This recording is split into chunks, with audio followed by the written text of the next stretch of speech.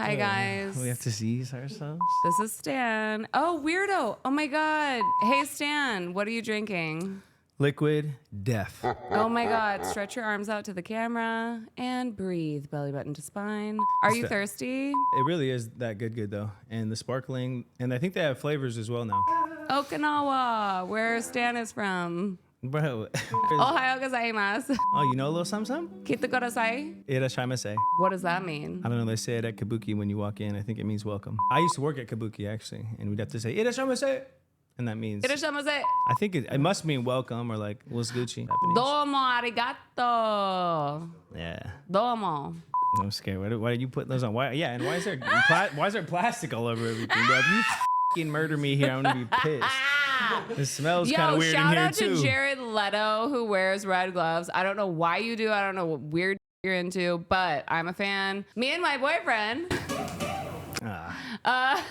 watched a movie last night called A Simple Favor with Blake Lively, and she was wearing red gloves. Yeah. Wait, but you have corazon on your arm. Say that again. How do you say? Corazon. Yeah, you're definitely a white woman. Corazon. Yeah. Corazon? I mean, I say it like a white guy too. Don't get it twisted. House of Corazon? House of Corazon. House of Cortisone. Hey. Yeah, no, I have a lot of Spanish writing. Hello, everyone, and welcome back to the House of Royale. I am your host, Rochelle. It is not Rachel. It is Rochelle, and now it's Brushelle, because my man. Rochelle. We are all out here in Los Angeles making music, which means we have very little money. So I need you guys to go on patreon.com and give us 10 grand, and I'm going to give Stan 5. Yes. Let's do that. Go there now and just reach deep into your pockets and shell out that dough, and then Stan will come sing for you at your mansion party. Like, yes. You know what I mean? In the Palisades or wherever you live. Yes. Right? Let's do that. Yeah. I'm all for that. We love you guys so much, and we will see you in a second. Bye. Bye. Rochelle.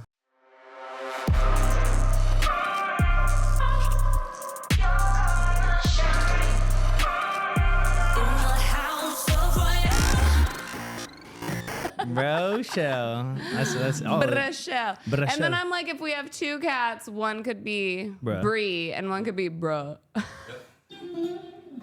You guys have any cats right now? He has a cat. Where is it? Oh, it's not here. Damn it. She doesn't like me. It's a girl. She's fucking pissed.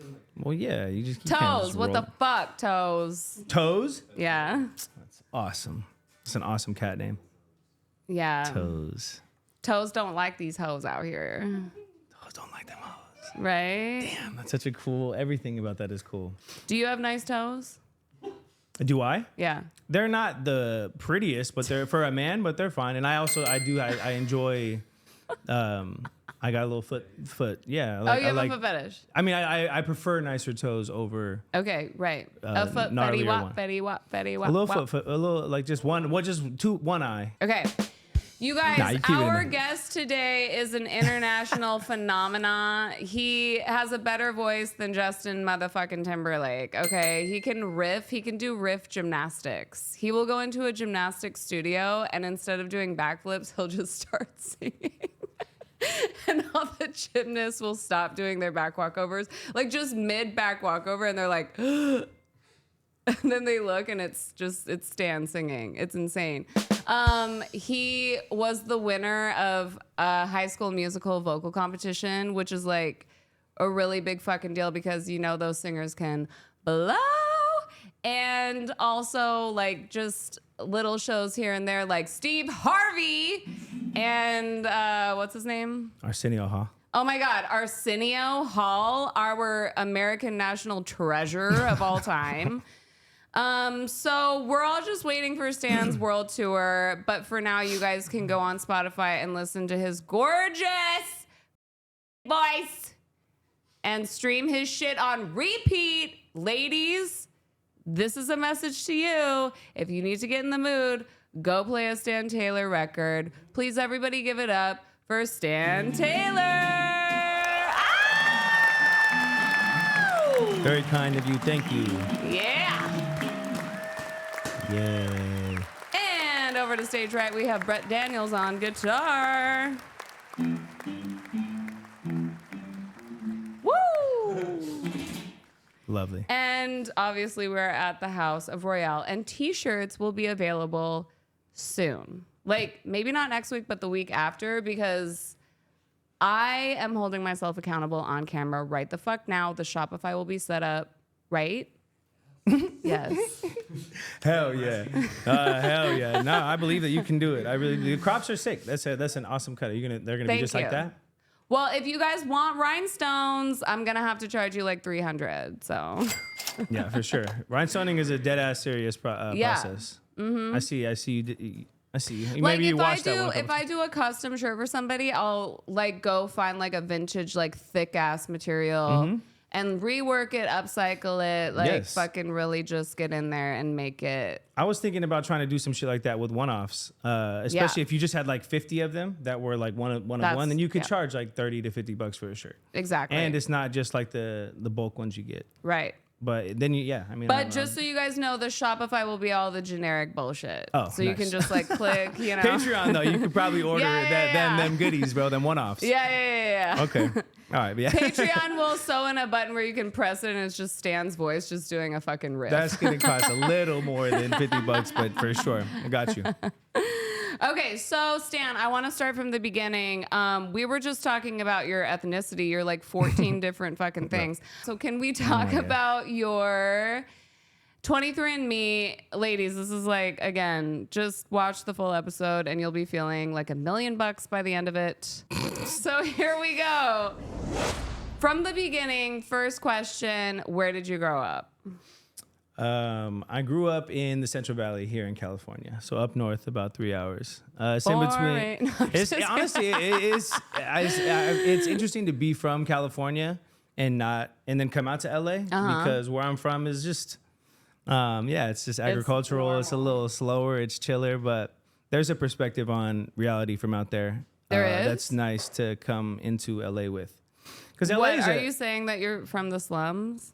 No. I was definitely no. You had a good life. I had parents who worked hard and looked out for us. They came from nothing, but they put us on pretty chill for where we were. And yeah, I mean, it was pretty cool. I liked it. I liked where I'm from, and it's cool now because it actually was very like I lived behind a dairy, so like it was very country in its own way. You lived behind a dairy? Yeah, like a farm. Like it's all agricultural, and there's like like literally the smell of shit smells like home, like manure. You guys, one thing about Stan is he will be blatantly honest and detailed with no shit. Well, I got no alcohol in me right now, so I'm gonna be chill. I feel like you've been drinking because you're so honest and detailed. I feel like you need to be a host of a podcast because that's what it takes to be a great host. And I know it's obviously coming from you, the best of the best. Goddamn. Thank you. You say dairy farm, and I'm looking over here stage right at our guitar player because like some people know that that's kind of like my thing. But dairy farms? Shit? Cows? Hell yeah. No, I knew you were into some weird shit. Ladies, shout out to all the girls that like love country or like we love like a boy on a tractor. A boy, it can be a boy on a horse, bro. A boy on a tractor. Honestly, country is, and like country fashion and country music right now is actually slapping. Right now. Yes, it is, man. It's really good. And honestly, like again, I like the Mexican style, like country. Yeah, because a lot of Spanish people or Mexicans were also country in that way. Right. And their style was a little different too. Okay, so can you go down the list of things that you are? All right. So technically, I grew up raised Mexican. That's what my real name is Stanley Carizosa. So it is. Oh wait, look at the camera, not the computer. I'm just obsessed with myself. I know. I'm doing the same shit. I want to see. All right, bet. I know. For sure. Yeah. So I grew up culturally Hispanic, Mexican. That was like kind of what we were raised as. That's how our family was. I have a huge family. My mom has I have 80 heads in our family. My mom has 7 or 8 brothers and sisters. Wow. They all have kids. So I have a bunch of cousins. Anyways, but I found out through time in life exactly what I was. I'm primarily Italian and then of Spanish and Native American descent, which makes Mexican ultimately. But can you cook a mean spaghetti and meatball? I do throw down with some Italian food for sure. Really? My dad's like a chef, so that fool he's your so dad? Well, that's not his full job. He was an educator, but he's so passionate about food. Do you call him fool to his face? Oh yeah. Me and my pops. You bro? do?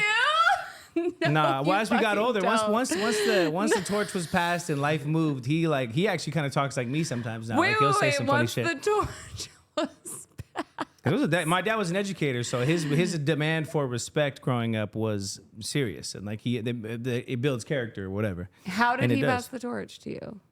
Time, bro. It wasn't an easy pass, bro. We butted heads for a minute.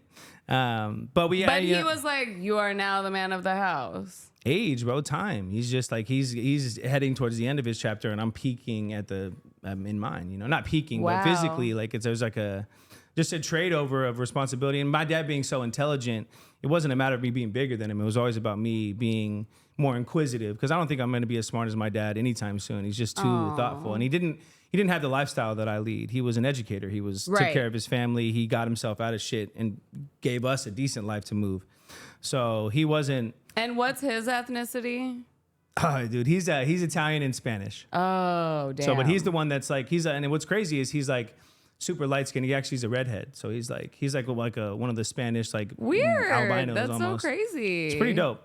Oh my God, it's like Torin. He is like it's exactly like that. Wow. It's exactly like that. That's why when God. I met Torin, it was wild. I was like, "Are you fucking my brother or some shit?" Because he has like the same meaty ass hands that my dad has. It's like a white. I don't know what race they are, or I guess we all are, but there's a lot of similarities. My dad's got freckles and the red hair and shit. Crazy. Wild. And your mom? My mom is Mexican, and then she's quarter Japanese. Wow. But you said you were raised Korean? This is so crazy. Kaur is the maiden last name, and my grandmother. What is it? Kaur, K-O-R. Kaur. My grandmother, and my grandmother and grandfather met when he was in the war, so in Korea or something like that. So That's hardcore. it is hardcore. And there nice. you go. Yeah, I was like, help your girl out, bro. Play something. It was latency, bro. He was spot on. But yeah, so just a mixture of all those things: Spanish, Italian, Japanese. I like being ethnically ambiguous heavily. Do you use chopsticks? Absolutely, bro. Really? My first job out here as a server bartender was at Kabuki. So. Oh yeah, that's right. Okay, when you eat spaghetti, do you use a spoon with your fork? I'm more of the I always have to have some sort of garlic bread, and I just do it on the bread and I fucking eat it. Well, I be eating them carbs sometimes. That Ladies, shout out to all the girlies that are abstaining from bread. I'm here for you. My heart goes out to you as well. It's so hard. Yeah. No, it's definitely a tough one, bro. It's a tough. Some people that actually have like gluten allergies. So yeah, sad. but it's just girls are trying to get rid of the lower belly fat every single day of our lives. And it's so hard because your bodies fluctuate too, so it's not even fair sometimes. It's like, right, it's not even on fair. you. But y'all have the beauty of childbearing. It's kind of cool. Right. And it's a crazy world of information coming in and out. And right. just like dissecting that shit. Back to, again, why I think my pops' passed the torch was it's about curiosity. And that's it. That's all it's about, is asking why. Like, there is no fucking, everything's set up by some other shit. So like, but there's a lot of information now. The information is easy to find. So you can be intelligent. Everything is set up by some other shit. It is, bro. There are like, why is even timelines, like no, it's as true. artists, especially as artists, like there's these constructs of just like, oh, it has to happen at this time and this time. And that's like embedded in your psyche. And you didn't even plan on thinking about it. It was fed to you. So when you kind of try to have awareness of it all, you can, and don't get me wrong, I ride waves, bro. My highs are high as fuck and my lows are low as fuck. And I can see that. Yeah. But I if you can find, Stan's going the fuck off in this interview, y'all. if you can find that middle ground and hold it, and you're not going to hold it for everything's temporary. You're not going to hold it. But when you find it, just be like, fuck yeah, I got it today. Right. And move with that. Like if you're saying, hey, I'm going to have this Shopify up, get it fucking up. Do exactly. It. Do it today. Abraham Hicks calls it the vortex. Staying in that vortex and staying on that high vibration plane is so difficult. Oh, it's just, so yeah, difficult. and you got to lessen that load. You got to realize that you can't hold it up the entire time. Right. But you can hold a base that doesn't go too low. And that's what choices. And like, that's what's hard with like the potions that life throws at you. It's like alcohol is like promoted, That's a wild one, bro. And I fucking, don't get me wrong, I love it. I bartend. I love the art of drinking, the art of making drinks. And there is an art to drinking too. Of being a mixologist. I would never call myself a mixologist because I am absolutely bullshitting it. But I do know enough to make a good cocktail. And I have a couple fancy ones that make me look like I know. Well, you know what? Shout out to all the sober people because I've been sober since 1942. We knew it, bro. We knew you were a vampire. That's impossible. It's impossible. Yeah, I've been sober for 100 years. It's been great. How long have you been sober, though, for, actually? A really long time. Fine. I don't want anyone to know how old I am, so I You don't never have to talk say all about that. timelines. But over a year, you've not drank. Well, I mean, I'm all over the internet. Like, there's proof that I moved here in like end of 2010, going into 2011, and I quit drinking in 2012. So I'll just say it. I quit drinking in 2012 when I was 5 years old.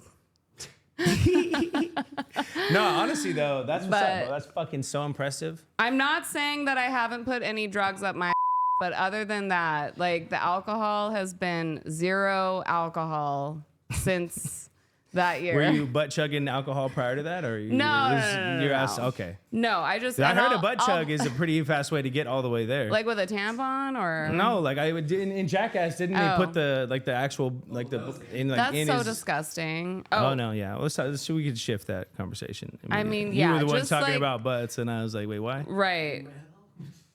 My boyfriend blow a load up my ass is like enough to like put my colon out for like 3 days. They say, oh yeah, man, that's why you just flash over to me on the camera. Why would you do that? No, they say that it's good to clear, like you're clearing it out, so it's potentially healthy. What I'm doing? I think so. Know. The little swimmers, they get in there and they do it. They excavate the intestines, the lower intestines. I feel like it's clogging the arteries of the colon. No, exactly. It's like Inside Out, but like the porn version. You know that episode. Please, can I see it? For the views. Can I see it, bro? Please. I mean, maybe eventually. Okay. So what I want to know with every musician, did your parents play any instruments, and like how were you introduced to music? Because I was a dancer. My mom was my dance coach. She was like, you don't have the voice to be a singer. How was it for you? Damn, your mom did you like that? Oh, yeah. She was like, Simon Cowell. Oh, we were a part of that time, yo. You could see people judging singers. American Idol was a real staple. Right. That's actually, so I started singing at my folks did not play instruments. They loved music, though. My dad was a big, like, soul, kind of like country rock fan. He loved like the Eagles and Foreigner and all that shit. Nice. So we listened to a lot of music like that. My mom just loved music in general. We would sing. Like I'd go to church. We'd sing at church. But I went to a Catholic church, so it was all like hymnal shit. Oh my God. I went to Catholic private school. Shout out to everyone that wore a uniform in school. Thank you. I know you still got the uniform on. That's what's up. But yeah. No, yeah, I went to like catechism, and then I got confirmed. So I definitely I feel like every Wednesdays, Saturdays, and Sundays I was doing like church shit. You were doing like blood sacrifices. That's how you got into the Illuminati. I mean, come on, man. Listen, I'm trying to lay the fuck low, dude, under the radar or whatever. Oh my God. I don't know. That's how they do it right here. Illuminati underwear, $200. Bro, shit. With my blood just wiped all over it. Yeah, I was gonna say from her neck, right? Okay, cool. What kind of blood is it? What kind of witch would I be if it wasn't from my? Yeah, you're right. And there's just like there's a shedding of an egg in there. That's crazy. Yeah. Women's. Okay. Anyways, so no, I didn't grow up with musical parents per se, but they loved it. And my sister was a dancer, so she was already dancing. Oh, shout out to all the dancers. Kickball change, pirouette, fouette, triple pirouette. Yes. Into an aerial, into a leg turn. Yes. Okay, you get it. So yeah, I just started, me and my sister would sing a lot. So we would listen to a lot of music. We would always have the radio on. So one time I think we were driving and we were in the back and I was probably 5 or 6 and I just started singing like some random shit. My mom would listen to like soft rock 98.9 where I'm from. So it was always just like soft rock. So I think it was like Cher, to be honest. It was just like, what song was it? Yeah, no, it was another one. I think she has like this kiss, da da da da. Isn't that Shania Twain? This kiss. Is it? No. I might have been Cher. I'm not sure. Anyways, I was singing and my sister was like, "Yo, that's fucking. Well, how are you spot on? Like every note was locked in." Wow. So then I remember singing for my dad, I think, and like it was like my nana's room. You're just walking around singing This Kiss. No, I think I sang something different. Well, no, I would sing Michael Jackson too. So because we would listen to Michael Jackson. That's way better. So yeah, I remember singing like just a little baby boy, like pretty baby with the high heels on. And my dad was just like, okay, what the fuck are you doing right now? Like it was. I watched his shift. I probably became conscious around that time too. But I watched him shift his energy about what I was capable of doing, and I felt like that was like a. Because then he started like just guitar lessons. And don't get me wrong, I did not want to sing until I was like 15. It wasn't a cool thing for me as a boy because my voice was super high. So I'd have to sing like national anthem at events. My father was an educator, so there was always different events like openings in town. He was just like the superintendent of the school district. So I was singing. Can you get that logo? There you go. I was singing at a lot of those events, and then I had like a lot of passings from like 7 to 12 of just like grandparents and aunts and uncles and stuff. So I'd always be singing like Amazing Grace at their funerals. Oh my God. Which was pretty intense when I think back on it now, because it's such like vulnerable moments. And then I'm like, no one in the family knew I could sing, and I'm just this little fucking angel boy singing like, and it became like a staple within my family of doing that type of shit. I have a question. All the singers out there that are able to sing sad songs, especially at sad events, how do you guys do it? Because even the other day with Brett, I was like killing it in the car. And then we got home and I like started learning it on piano. It was like only won by Story of the Year. And the second I got my phone out to record, I just lost it. Oh, got emotional? Cried. Couldn't talk, couldn't sing. Done. How do you do it? Are you a sociopath or? I got bipolar or what? I got multiple. I got some personality issues, bro. I got some demons. I think when you're in the situation, like I think anytime I'm like trying to film myself singing anything, it's a little bit whatever, especially if it's an emotional thing, because it's just like you. But if you're at the funeral or you're at the event, it's more or less just like this is. It's an out of body thing for me, because it's like I'm doing this service for everybody here, and like then don't get me wrong, I'll cry in rehearsals and there's been times with like where you're like but you can hold it down. It's a different sort of compartmentalization. But even during like Ariana Grande, her tour Sweetener, because she went through the death of Mac Miller. Mm-hmm. And someone else died, I think. She also had that like big killing at her performance, right? She lost a lot of people, like so. Yeah. It's just a lot of weight. And fans were worried about her because she could not get through a show. I mean, she was literally like on her knees crying. Yeah. Every show. So I'm just like, because my life has been so sad that I think I'm like even gonna start crying right now. But when a sad song comes on and it's just so beautiful, it's just something about it like makes me break, and I just can't get through it. Have you, like as a kid, obviously, like life, your perspective on life is different. So like now, if let's say one of your friends died and you had to sing at the funeral, do you think you would be able to hold it together? As I've gotten older, I've definitely gotten more emotional just as a human. Yeah. So I'd have to do a lot of mental prepping. It depends. It just depends on who the person is, but hopefully that doesn't have to happen. That's how you know if he really fucks with you, he'll cry at your funeral. If I'm singing at your funeral and I'm just murdering it, doing like cool licks and kind of showing off, then it's for me. No, I'm just like, oh, this is a good opportunity. There's some people here that I can sing for. Look at, I'm doing it while I'm sad. Bro, he did not like you. He just fucking slay murdered that song. Dude, no. he cared way too much about it. I was doing it just because of how much I liked you. No, but you know what? I love it when I have vulnerable men come onto the show, because I think that there's an epidemic going on with men specifically. I mean, the women are so obsessed with like therapy and like just digging through the details of every fucked up scenario, girl. Like, and we do it 20 times a day with like, all of our girlfriends. I mean, unless you're like in love with your new boyfriend and you're not talking to anyone. Hey. But men need more friends. They need more therapy, and they need to learn how to be more emotionally intelligent, especially in Los Angeles, where it's all about the grind. It's all about status. Do you see men out here struggling with that shit?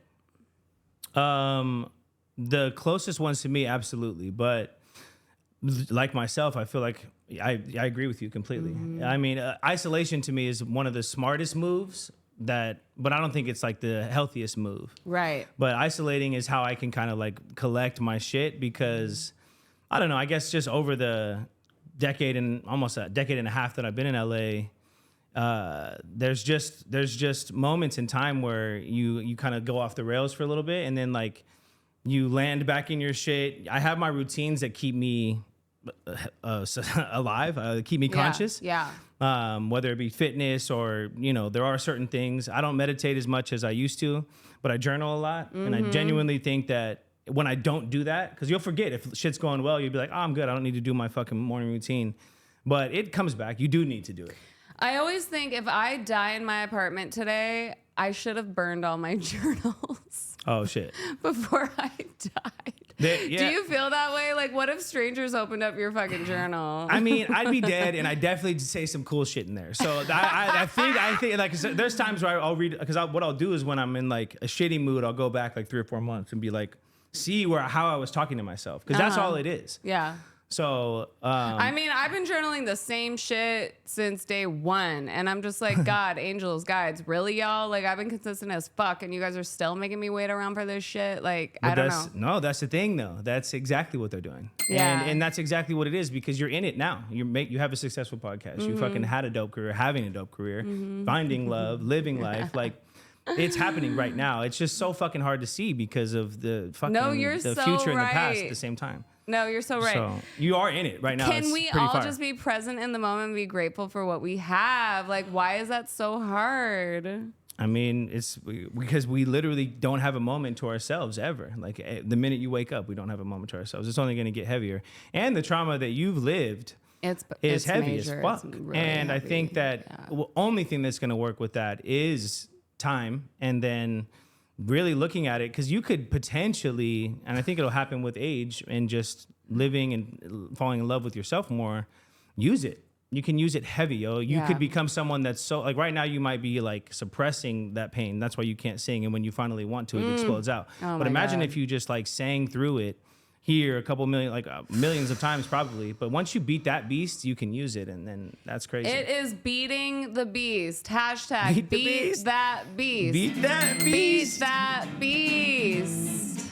You gotta, you just gotta tame it for sure. Just beat it. You definitely gotta tame it because it doesn't go anywhere. But right. Yeah. So what else? pause. Okay. Rewind. Skirt. How old were you when you started playing guitar?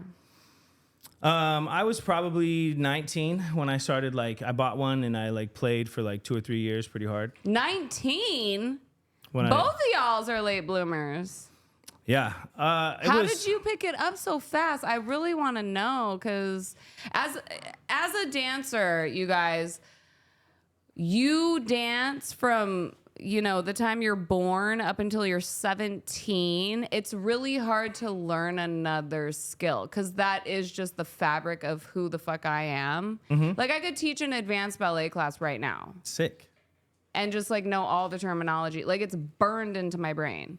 So is it different for men? Like, do you think that men learn differently than women? I don't know. Like, or do we? I think women are smarter. So I will hands down say that as a man, we all know that. I'm a shitty learner for sure. I have to like trick myself into learning because I don't like rules. I don't like. I'm not a good reader ultimately of music. Information, just information in general. Like I feel like I'm so much more of like if I can do it. If he's sitting right here with me playing the chords. It's muscle memory. You're by ear. Yeah. I'm ear too. But what I would say, what you should use dancing for is, yes, it's hard to stack learning. Like if you're trying to learn a language and learn how to play the piano and learn how to DJ, it's going to be fucking tough because you're putting a lot of information in there, especially if you're not like scheduling it properly. But to we're just talking take about in. you. Oh, but you were. Oh, yeah. Oh, I was just saying with that though, like what I realized because I felt like I spent the majority of my life just singing. Right. I was in choirs. I was in musical theater. It was just singing. And I was like, all right, cool. I was doing covers like a motherfucker. And I was killing it because my voice has it. But then it's like, I didn't practice songwriting. I didn't practice any instrumentation. I had no idea how to work a DAW system and like even understand how to communicate with the producer. After a shitload of years of basically just being someone's puppet, but calling it mine and paying for it. Preach. I'm a fucking loser at that point. I'm like, no, I wasn't a loser. I just couldn't make myself happy, and I was losing friends in the process because I was like, you're not doing what's in my head. Oh my God. Every singer is learning that lesson right now, especially the ladies. We all need to be learning Logic, Pro Tools, Fruity Loops, whatever the fuck. Y'all didn't even have access to it. Like, the guys wouldn't even allow you to do it. Yep. So that's even harder. Thank you, Sessioning as a woman Preach. has to be one of the toughest things of all time. But every time you're going in there like, is this dude trying to fuck me?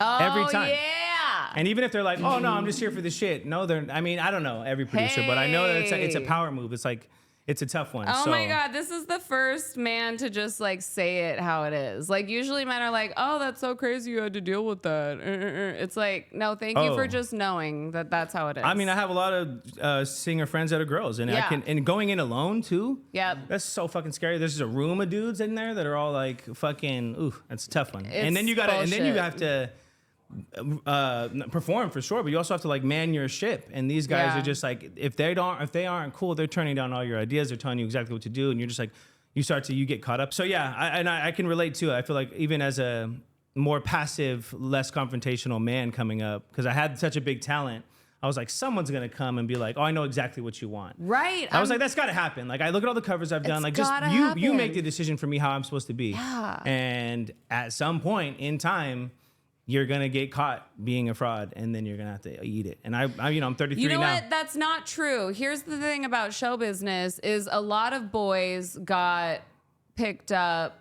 Like Lou Pearlman was a piece of shit and a con artist, but he created two of the biggest boy bands in music history. And you could have been one of those boys. It's just you just weren't. Right. Like we know a lot of like gorgeous, talented, like the best singers on the planet that either give up or they're just not discovered or they're for whatever fucking reason. And honestly, I feel like the top 1, 2, 3, 4, 5, 10 percenters, they all have stage parents or like beastly motherfuckers like Kris Jenner's, like really like, in the background.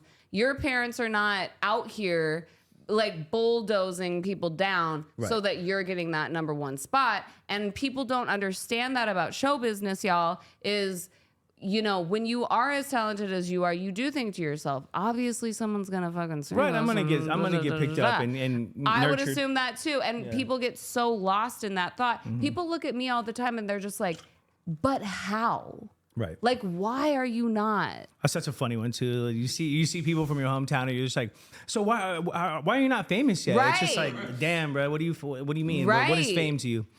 But it's the same thing though too, because there is that top tier. There's the Justin Timberlakes, the Bruno Marses. But look at his parents. His parents are the same. No, and again, that doesn't mean he didn't put the work in. That's just an avenue. But there's also there's so many artists that do it the way we're doing it. Justin, Britney, Christina, all those fuckers were on that show when they were 10. Ryan Gosling was on there too. Yeah. 10. I know. It's awesome. But that was a different time where there was shows like that, and there wasn't like now you can literally.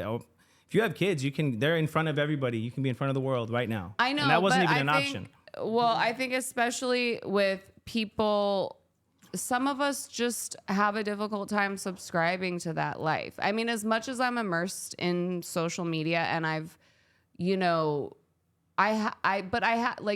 people say like, oh, she drank the Kool-Aid or he drank the Kool-Aid. Like they're buying into the whole, like, we have to sell ourselves on TikTok and go viral on TikTok or whatever. It's like, I really can't bring myself to do it. And that's another question for you and artists in general that I have is like, we know how to win, but there's something inside of us that's like, I don't want to spend my entire life. I don't want to spend 16 hours a day on my phone. Mm-hmm. Can you speak on that? It is a wild game. It is a wild game. And I feel like I was born in 1990, so I'm 33 right now. And I'm right at the cusp of where I already wasn't tech savvy to begin with. I didn't play video games. I didn't really fuck with computers. I was like, I liked being outside. I liked using my imagination. I liked writing. I liked reading books.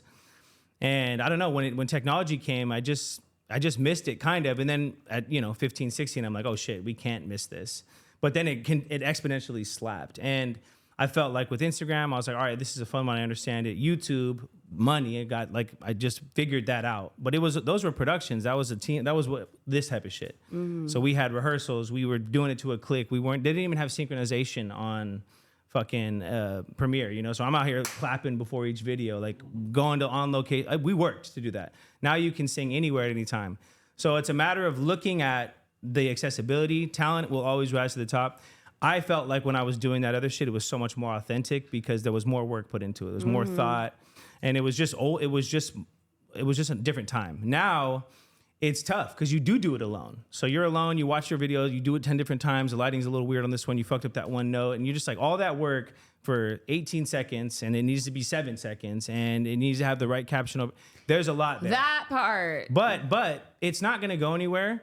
And I also think my strategy right now was to really look at it and really see how much effect was happening when I did it every day, and when I did it for 3 days, and when I didn't do it at all for weeks and then posted. Some of my posts would slap because it's just a feeling. That's another thing I'd like to mention, because I just interviewed Mandy Rose, and her shit went viral because everyone kept tagging Todrick Hall, and they're like, oh, she just produced a song by herself. She's 23, she produced it, and it's like a talkie club track. Cool.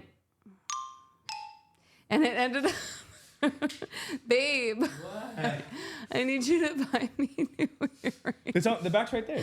Patreon.com/House of Royale, just 10 grand. The back fell down right there, though. The earring fell off, too. But the back's at least, that back doesn't fit. You're out here blowing backs out all fucking this whole time, man.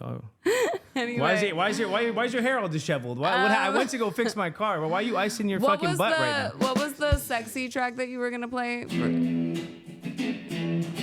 As you have the ice pack under your cheeks right now, bro. You really did that. That's not. I was sitting on it because I'm hot. But what I was gonna say is her clip went viral because Todrick did put her on and repost it, and she moved from bumfuck Alabama, right, from bumfuck Alabama, and moved to LA because in her mind she was like, oh shit, it's time, I'm going, it's happening. And then I interview her and she's like, and now I'm like, what the fuck? And she's just has to produce song after song after song, and it's like nothing's happening. Yeah. And she's like, wait, how do Welcome to the industry. That's what the fuck it is. You don't get to stop working. And that's what's hard is you catch a couple waves and you're like, all right, that amount of work got me it. No, dude, that's I spent 10 years basically doing YouTube videos, got to 250,000 followers on YouTube, make a living off of it. And that just got me to a point now where it's like, all right, now you do something. So I can look at it as a loss, a waste of time. It's like, nah, bro, I have a built-in audience. So now I can look at what I've done. I have numbers everywhere. And the algorithm with TikTok's just wild because it doesn't really matter what you're doing. But that being said, what I would like to say to all of the artists, hey, for real, don't hold off. Yeah, don't jump yet. Because what it truly is about is the fan base. And even if you have 100 people buying tickets to your show, it's a lot of people. That's a lot. I wish I had, I don't even know if I have that right now. And we have to focus on that right now, children. There's bitches out here touring for their podcast. Yes. We could go to the Improv and set up a show and have you and 2 other amazing singers come out and do a song per person, interview you. That's awesome. And that's all incredible. of us can sell the tickets, and that's how we make money. But that's how we Are you thinking about doing shit like that? That's so dope. No, that's the goal. Interview? No, that's why it is. And it's exactly. The technology is cool. It's just, I read something the other day. It's like the technology was meant to connect us. That's what Steve Jobs, I believe, was trying to get us all connected. Yes. But it became there's the comparison is heavy. That factor, which I knew that he knew, and I'm sure the team knew, the comparison and that shit is what's causing a lot of people to lose their shit. Everyone's getting the top highlights of their lives. Yeah. And the people that do the real shit, sometimes it can be cringe. If you're all sad and shit online, it's tough, bro. It's a tough place to dance around, but we're all in it, and it's so also tough. We're all just spinning around on a fucking rock, bro. We just have a good time and try to be kind. That's it. That is really it. Yes, but also for artists like us, we need to hit the reset button and find our why over and over and over again. Because I know you have a similar feeling as me, where people are like, even the other day, I was like, oh my God, you should sing this as a cover song. And you're like, I did that for years. Like, I've done that for so long. And people to me are like, come play a show. And I'm like, but it's like somehow we need to find the why again and again and again and again. And it needs to inspire us, and it needs to push us. And we're just moody human beings. Like I'm gonna do a show of all covers next, like I think in the following week. And it's because I found the right person that does cover flips the way that are going to be sick, and their covers I've never done before. Wow. So, but it's just a way, because again, you have to realize that like my why, first and foremost, needs to be like, this voice was given to me from some sort of higher power. Yeah. I didn't ask for it. I rarely trained it. I trained it for my whole life, but then since I've been 25, it's I don't use it the way I used to. And people want to see you perform, and we had the whole pandemic shit where that wasn't even allowed. And now, it's tough to get people to come out, but like, you can't make it so precious. I don't want to make singing so, I put it on such a pedestal, like this is my gift. And it's like, actually it's my gift, but it's also something I have to share in order to get more of that gift. And so it's tough to balance. For me, I'm like, I want to have fun. I want to have a good time. I don't want to be in fight or flight. I don't want to be sad because of all the memories, like all of the bad shit that's happened. So many girls, though. It's not just me, y'all. It's so many. Every time musicians in the industry, like it's yeah, but like mostly the chick. When I interview, she's 147, you guys. It's totally fine. So when I send over my pigeon with the note, hey, some of us email like email is clean. What are you talking about? Right. Okay. So it's like music has never been lightweight and fun. It's always just been like, you're a girl, we're gonna compare you to 15 other women, and you have to look hot, and you have to sound like this, and you have to like, it's just so fucked. It's never been like a just like a chill, let's go jam. Yeah. It's never been that for me. Damn. And so now at this point in my life, I'm like, oh hey, can we just like play? Yes. Can we just like have a good time? Nice. And how's that been going? I mean, we're fine in the car. I'm fine in the car. Yeah, I mean, you should set up your fucking little TikTok and start doing that, because that's how people slap. Just put it somewhere. Yeah. Oh my God, I'm going to do that. I'm going to do that. And if you can get to the point where you forget that it's there and you guys are having authentic fun, that's what goes. And then from there, you can set up shows where, like, my goal as a performer is what I was trying to do with my compound that I live in North Hollywood right now, is I want to create a space where my favorite type of performing is like guitar, where like we used to do when we were partying back in the day together, bro. Where we'd go after the show, we'd go to the crib and we would all continue singing and drinking, and like that intimate fucking, everyone's doing harmonies, but it's like still controlled, and there's hella heads there that are just watching. That sort of vibe, but not full so far sounds. And then you put your TikTok up and you live stream it, or Twitch. Exactly. You just live stream the whole thing. Don't we make more money on Twitch, y'all? Right? I mean, I've yet to make any money off of Twitch or TikTok, but I see people making money. So I know that I think if you're doing it consistently on TikTok, there's a way to live stream and make a little back. But maybe like I don't know. I don't really do it. Okay, so you were 19, you learned how to play guitar, and then you came to LA.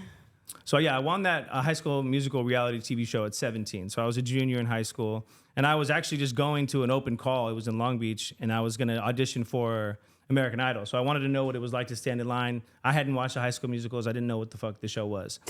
So I get on there and I'm just like, all right, cool. It was like a 4-day process, and somehow, some way I made it to the top 7 on the East Coast or the West Coast. And then there was a top 7 on the East Coast. And then we flew out to Utah and like filmed this whole reality TV show where we just sang, dance, and act for 12 weeks and got voted off each week. And I ended up just winning the whole thing. It was fire. It was crazy at the time, and it was my first time doing anything outside of my little town. So I was like, "Oh, I'm really the shit, bro. I just won a nationwide contest." Do you have clips of this? Can we see? It's on YouTube. Oh. But I don't. It's a tough watch, but it is there. Why is it a tough watch? Because it was fucking. I was like, "We're all in this." I was doing shit that hurt me now to see. But it was funny is I looked pretty grown at 17. Like I already had like facial hair and shit. So like I already felt like I was too old for the show anyways.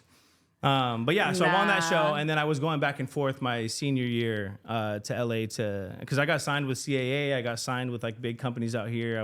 I'd had like a Disney contract to make music. So that was my first step in, and I had management out here, and I did that for 2 years. And then, I started picking up the guitar because I wanted to do music immediately, but they wanted me to go into acting because I was going to get on a Disney show. And then from the Disney show, they can Hannah Montana me or whatever the fuck they were doing. Isn't that so weird? Because like when Q Prime signed me, they put me with CAA immediately. And you're bottom of the totem pole. They don't fucking know anything. I mean, that's where I was. Yeah. But no disrespect to them. They had the biggest people. It's like I should have got with a smaller agency that was like, let me give you a little bit of focus. But I went with the biggest one because I'm like, fuck yeah, I'm from bumfuck nowhere. And I want to, be with the best people. Justin Timberlake's at this label. You know what? I do have to say, word of advice, if you're young and you just got signed and they put you with CAA, don't be a bitch about it. Because I was like upset because I just wanted to be on tour. Right. I wanted a band, I wanted to rehearse, and I wanted to just be on tour. And they were like, you're going to audition for TV. They didn't have those development deals at that time for even like 10 years ago. They didn't have those development deals anymore. So when you see that, not for the common folk, there are people that are bred through like the boy bands and whatnot, but they still went through a whole reality TV show, One Direction, to get to that. But now you look at that whole crew, they groomed. It's all good. I would say as a young artist, say yes a little bit more and like do the shit that you're like, I don't want to be in a boy band. Do it though, because no one's gonna fucking know. And also audition for the TV shows. Like I should have. I am an actress. I should have just sucked it up but I was so emotionally fucked up about so many other things, and like that is when management needs to come in and really take care of the artist managers. Like managers need to be taking care of their artists. Mm-hmm. It's so sad. It's so sad. No, getting the team around you is the hardest thing to do in this business for me in LA for sure. And in Los Angeles as well. Like the people that I've seen pop off for someone like Teddy Swims or these cats, they have one of his best buddies is his manager. And then like they came, and don't get me wrong, that still does happen, but you get caught up in LA and like you don't even sit in a garage with your homies and actually work on music. You just go to events and just look pretty, but you don't do any work. Like there was a part of me that's like, I might even shift out of LA for a little while just to like camp out and work on music without having this toxic, not even toxic, just this umbrella of matrix in here that makes everything so serious. And it's like, man, we're not even writing good shit. Like I'm not like, I work on a song for, we're not even sitting there. It's like, that's why we got to do these fucking, you're the one that, oh no, you're not the one that said that. Like what Torn did where they go on these retreats and write. Like I want to do that on the regular and have like a database of songs that are like good for the whole team and the couple that are really good for me. Yeah. But if I had like, so what I'm doing right now is the financial bag, financial security. I don't need, we don't have to go into money right away, but you do need a certain amount of money as an independent artist to have the time to make the art. Patreon.com/House of Brown. Drop the 10 G's, drop the bricks, drop the, what are the gangster terms? Bags. Bands, fucking, what do they call them? They call them, no, they have a cool word for hundos. What do they say to them? Benjamins. Okay, well, Billy's cool. I like that one. The Benjamins are cool. There's another one. A C-note, right? Isn't that 100? A C-note? I don't know. I feel like that's my, my fucking ethnic culture, bro. You know, dropping these C-notes. Can you play Eminem? I got 5 on it. Oh no, or that's me being broke, actually. Yeah. We're gonna write a country rap song right now. I'm not. Country music. What is it? No. Take me to church, boy. Dirty South, they don't know it, boy. Tie me up, be a cowboy. I love the look of cosign. Like, yeah, and I'm like, the next question. Okay, so Stan, Saturday there's a huge mansion blowout. Saturday there's a huge mansion blowout party, blow your back out party, release party, ho party. Can we talk about what this is for? Yes, we can. So Saturday the 13th, I think. Yeah, there's a little mansion party over in West Hollywood. I'm releasing a single. My buddy Cass Parks also releasing a single. He knows some of your homies too. He knows like Scarlett and those girls. Cool. And then 2 other artists. I'm not sure, but it's a 4-person release, and we're all gonna do little 3-song sets. It's in the afternoon too, so you can still do your thing in the evening. I think it starts at 1. Follow me. I'll send you the Partiful link, and you got to be there. You are releasing. I'm releasing a single called Pheromones, which is kind of on some like house soul shit that I really like. So I started DJing, and I feel like it's just combining some of the soulful music I do with the house shit. Where is your phone? Right here. Can you play us a clip of the song? Sure. Pheromones. When are you releasing it? It comes out on the technically Friday night at midnight, but Saturday. Friday night, July 12th. Yeah. Pheromones. Want to hear it?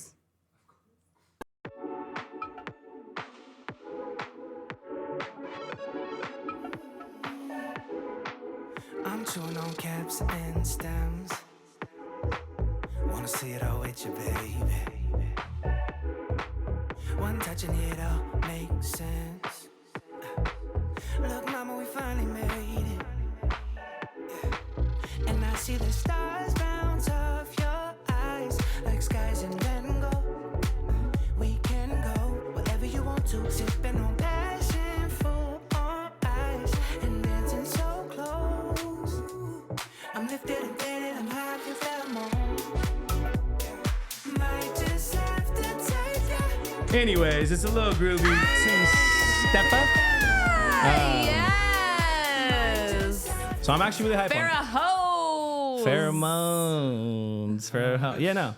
Pheromones, yes. Pheromones So for all y'all pharaohs. for all y'all pharaohs and pharaohs. But no, yeah. So that's coming out on Saturday, which is dope. Amazing. Yeah. You know what's so crazy, you guys, is I totally gave Stan a bunch of shit because I was like, are you writing? You should sing this as a cover. And he like got all annoyed and he like started sending me his demo shit. And so I listened to the first demo and I like hit you back and I was actually like, appreciated the feedback. I was like, but can you send me something like more, you know, feel good instead of like. I had it on deck for you. And he understood what I meant. And he was like, actually, the song I'm about to release is exactly what you're asking for. And I was like, hell yeah. So I know. I appreciate that. Your honesty was money with it too, because I wanted you to see that I write songs like, because you were like, you just need to be like cooking up shit. And I'm like, okay, I do. And yeah, I'd written that one, but it was sometimes I feel like there's a dance between it because you do have to make the fun shit. You have to. I want to like my shit. Yeah. The majority of my albums, and especially the shit I write alone, is so that first one, you know? You said that you know Travis Garland. I remember coming up on YouTube, and he was one of the dudes that he was like one of the original guys doing covers, like the way that I was lighting the shit. Travis Garland, for like back in the day, like when YouTube just started. Have you ever met him? I feel like I've seen him at like an event or two, but I can't recall, man. There's so many people in that. I do feel like once I saw him and I was like, fuck. But I might have just like stalked him for a long time and thought I met him. On social media. Okay, Travis. Or YouTube. I am reaching out to you right now. I want to see a collab with you and Stan Taylor. Travis Garland and Stan Taylor. That would be fire. The shit you showed me of his was, and that makes me so happy to see bulls like that continuing to do it. Because his shit is so good, and he was already doing it. Yeah. So I love that, bro. You cannot stop. And I bet he sells out shows. I bet he's got 1,000 true fans, if not more. I feel shitty not knowing enough about him. I'm about to go back in. I just really see a duet with you guys because he's been in the gym too. You guys have a similar build. You guys like look very similar, and like vocally he can get down. Yeah, like he's at your level. So I feel like you guys should definitely. I don't know, you guys. Let's like. Here's the crystal ball. Let's just House of Royale this shit. You know what I'm saying? That'd be really dope. I got a lot of respect for him. I'm super down. I feel like I should just follow him and see what's up. I think so. I like it. Yeah, because I think he's like selling out big ass shows. And that is exactly what you need to be doing. So I agree. Yeah. I absolutely agree. Are you coming on Saturday or what? Yeah, I am going to be there on Saturday. I fucking got my man's pants tailored for your goddamn party, Stan. Dude, looking out for your boy. You got to tailor the... I love it. Yeah. Do you know where to get cool socks for men? I use Stance. Stance is the brand. Can I see can you show the ladies your shoe? My socks or my shoes? Both. I'm going to get made fun of right now, but I'm wearing the Young Docs. But I also have these fucking these socks are no, but these are Pilates socks, bro.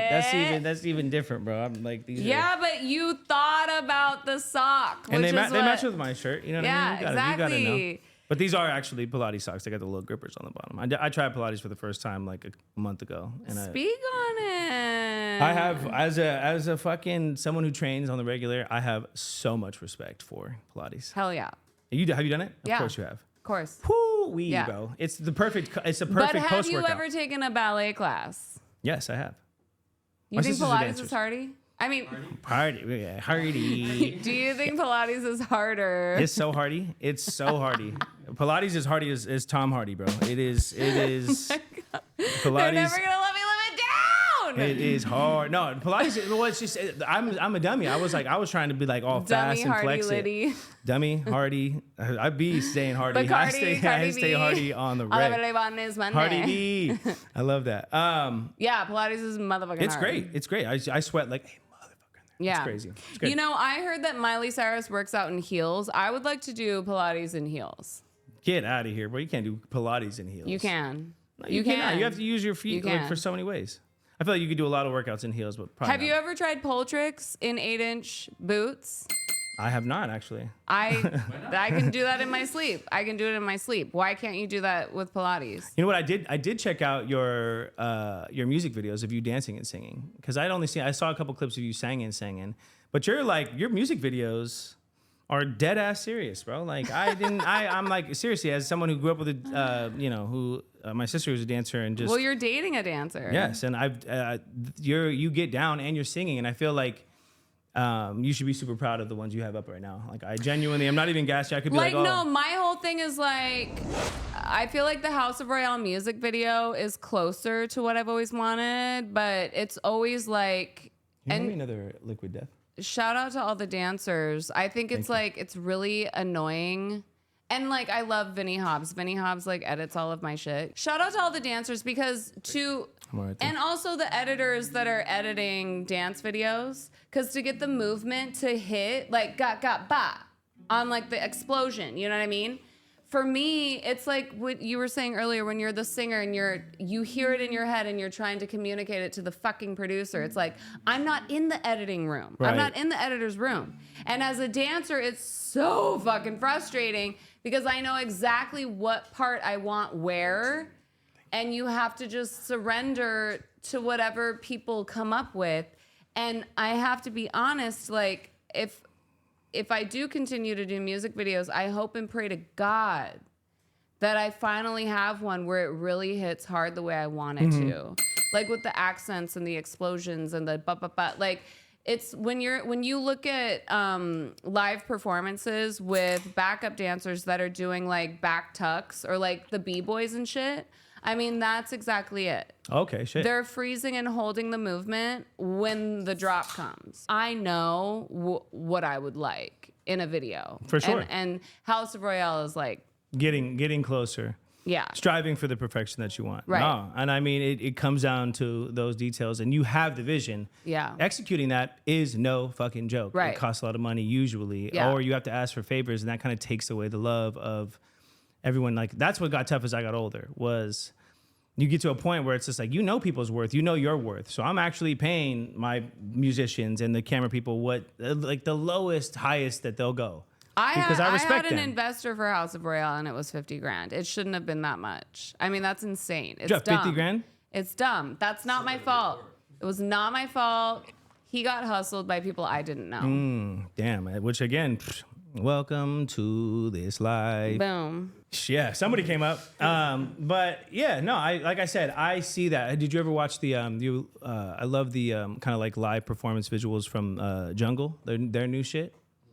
The band Jungle. Have you seen their music videos? Like the ones that they just did like this whole album where the music videos were all like one take esque and like live performance, and they go from one track to the next track. It's all on YouTube. It's the coolest shit that I've ever seen. Okay. No, they have it. They're like in a ballroom. They're all over, bro. But it's you know Jungle, right? No. Who the fuck is that? You would if you heard them. They're kind of like we're gonna play them later. They're Play the best. something right now. Did we start at 4? I think so. Oh. They do a music video. Sounds like you. It's a female, but yes. Oh no, it's my big guy. But they do this with live dancers, and it is the sickest shit of all time. Anyways, you gotta check it out. Okay, I'll watch. You gotta check it out. Okay, you guys, this has been a 4-hour-long interview, so we need to start wrapping it up. Not with everyone, but some people, I do a manifestation at the end of the episode. And so for 2024, for the rest of 2024, let's manifest exactly what we want for our lives. Okay. Oh, do you want to start? I want you to start. Okay, I'll start. I want an all-female production team. I want like a fat fucking mansion production house where we can shoot whatever the fuck we want. A TV show, movies, world tours. I want to manage artists. I want to manage engineers, producers. Like, I just want an in-house everything. Hell yeah. No men. Maybe just my boyfriend. We'll see. He's got to like clock in and clock out, but he doesn't have complete access. I respect that. You need just that feminine energy. But also a tour for House of Royale for sure. I want to sell tickets. I want to bring my friends on tour. I want to go to Europe. I want to go to Asia. Like, let's just go all over the world with live shows and like keep building a community of people that we love and adore. And like, I want to be happy and have a good time and like make a lot of money. Hell yeah. And so it is. Okay, Stan Taylor. Love that. What do you want? Man, all right. I would like to keep my mindset in a positive light, an optimistic light, and hold my peace of mind.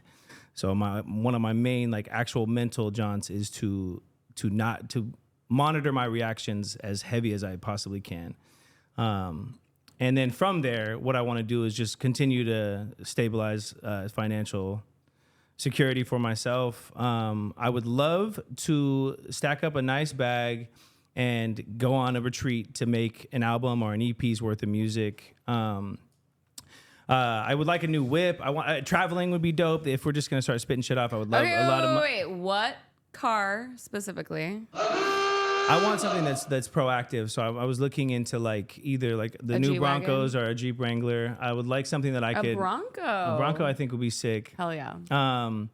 Just something that's like I want to drive around. I want to travel around. I want to like film. It's something I've been wanting to do, and I feel like because of the work I put in, I want to start filming on location back like I used to for social medias, but also doing that. And I'd love to go on tour with the House of Royale. I'd love to have a slot with that. And also just like I said, I want to be present. I want to chill. I want to take the rest of this year. This year's been great for like my mental health and my physical body, and kind of letting go of shit and just moving around with the world. And not, as a Capricorn, I feel like I love control and I love knowing what's going to happen next. Yo, Capricorn, shout out, fellow Caps. I really do feel like you're a Capricorn too? Yeah. Fire. I think we talked about this. I love that. No, there's a type of discipline and there's a type of like work for reward that I feel like I've become too obsessed with. Yeah. So I want to let that go a little bit so I can just enjoy being young and happy and care about money in the sense of it is a game just like everything else. Like there's a grow up point and I'm honestly late to the party, but it's like I can't just live off of like never looking at my accounts and hustling and I would like to actually like dive into finances and start having my money make money. So compartmentalizing from the music a bit to just gather a bag to stand on so I can really send it musically. Becoming financially literate. Exactly. And what was the other thing? Oh yeah, admin. Because artists don't want to do admin. It's just busy work, but it's better than fucking. It's busy work. But it's better than you just have to pick your L. Pick which one you want. Because going out and gigging, doing something you don't want to do sucks. Right. Sitting at home doesn't suck that bad if you just Time management, bro. There's so many things, but fucking control your mind, bro. Control your reactions and control your life. The parts that you have control of, and then let the fuck go completely. And then manifest. I want a new whip. I want to travel. I want a new space. I want to be on tour by next year. I want to play the Greek theater. I want to play the Greek theater in the next with all of my original music in the next year. I want. Can we get like a bow bow no. I love that. You fucking know that one. That's so crazy. Okay, cool. I love that. The Greek theater. Also, Santana Boy. What's his name? Travis Garland. We're going to get a duet going with y'all, too. That'd be awesome. And so, you guys, please go to Spotify. Follow Stan Taylor and stream Pheromones. What's your other favorite joint on Spotify of yours? Listen to the Sweet Nostalgia album. It was my most recent album. I was pretty proud of that one. What song? Oh shit, ladies. Get ready. Get your towels, bitches. Get a towel. What's up? Same chord. We'll just go through verse and chorus, but just play that, but like lay it back a little bit. And I think get a microfiber towel. I know, right? Am I fucking a little shiny? Do you want headphones? All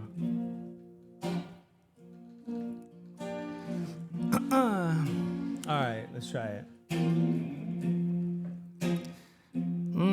Are these the chords?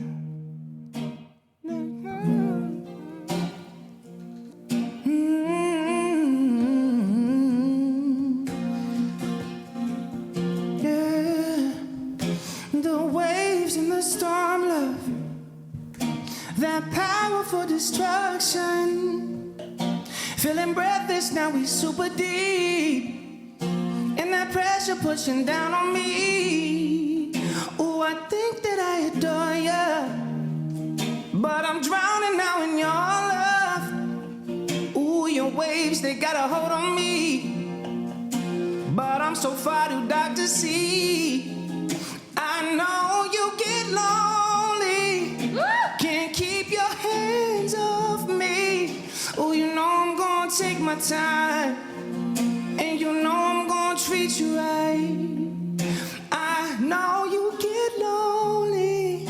Can't keep your hands off me.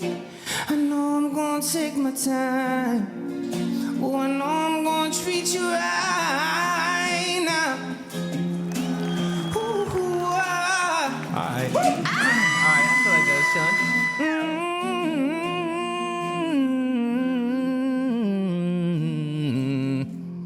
Alright. Oh my fucking god, bitches! I'm just gonna need Clive Davis and who's Kimora? Where's all the female producers at? Kimora Lee's husband, Reed. Oh, what's his name? Reed. Christopher Reed? No. No, I know his name. I can't remember it. My brain says. What is his? Okay, well, yeah, just the female executives of the labels. Or maybe an independent label. Yeah, bro, I'm going to stay independent for as long as I can. I don't think I want to get with the label if I don't have to. LA motherfucking Reed. LA Reed, there you go. She was like, all right, bet. I'm super proud of you. I think this podcast is dope as fuck. I think you will definitely go on tour. Grateful to be here. I'm hyped for the energy in here, yo, and I'm definitely a big fan of what you're doing. So thank you. Yes, you guys, we love you so much. Do something today that makes you happy. Give yourself a hug, journal, follow Stan to just change your life, people. We love you so much, and we'll see you later. Bye.